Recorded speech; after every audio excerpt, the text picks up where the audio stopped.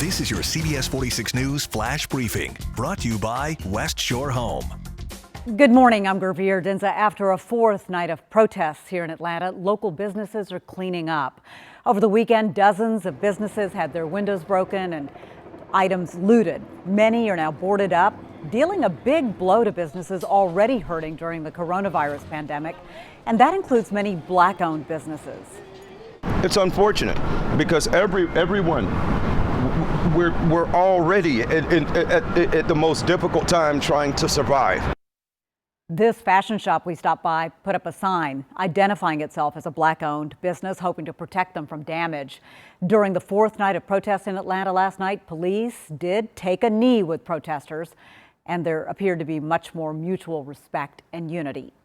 Atlanta's mayor, Keisha Lance Bottoms, is getting praise for the way she's handled these destructive protests. She joined mayors from other cities for an online roundtable with presidential candidate Joe Biden.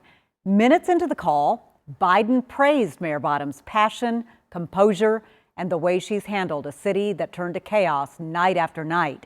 And also during that call, the mayor said she's noticed the situation in Atlanta is getting better. As I woke up this morning and started seeing images of police officers walking alongside protesters and taking a knee with protesters, I think that it's very clear that people are being heard. I just want to make sure that their voices and their outcry doesn't get lost in the destruction.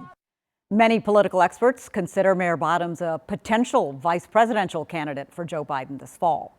Right now, Marta is resuming all normal bus and train service for the morning commute. The transit system shut down all services last night because of that 9 p.m. curfew that was put into place in the city of Atlanta. There are growing concerns, though, about unmasked protesters possibly spreading the coronavirus over the weekend. Mayor Bottoms of Atlanta said if you are out protesting, you probably need to be tested.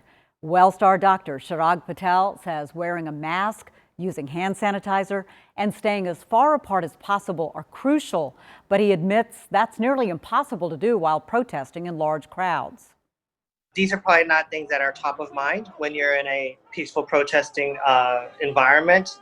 Testing is more readily available now, so definitely want to consider testing, especially if you do become symptomatic 70 to 96 hours after being out there. You definitely want to consider going and get tested. Dr. Patel says the next couple of weeks will be very telling when it comes to the impact of that recent large gatherings we've seen. Coronavirus does continue to spread across Georgia. Cases are nearing 48,000 in our state. Overall, 2,089 Georgians have died from COVID-19. As part of Governor Kemp's reopening Georgia, bars and nightclubs can reopen, but they do have to comply with strict sanitation and social distancing guidelines. They have to meet 39 mandatory measures, including screening workers for illness. They've got to limit the number in the buildings to 25 people or 35% of their total occupancy. Parties have to be limited to 6 people, and drinks will only be served to seated patrons. The same applies for private and banquet facilities. It is time now to get a check of our forecast with meteorologist Fred Campagna. Fred, you know, it's starting to pick up a little bit, but we're also watching the tropics.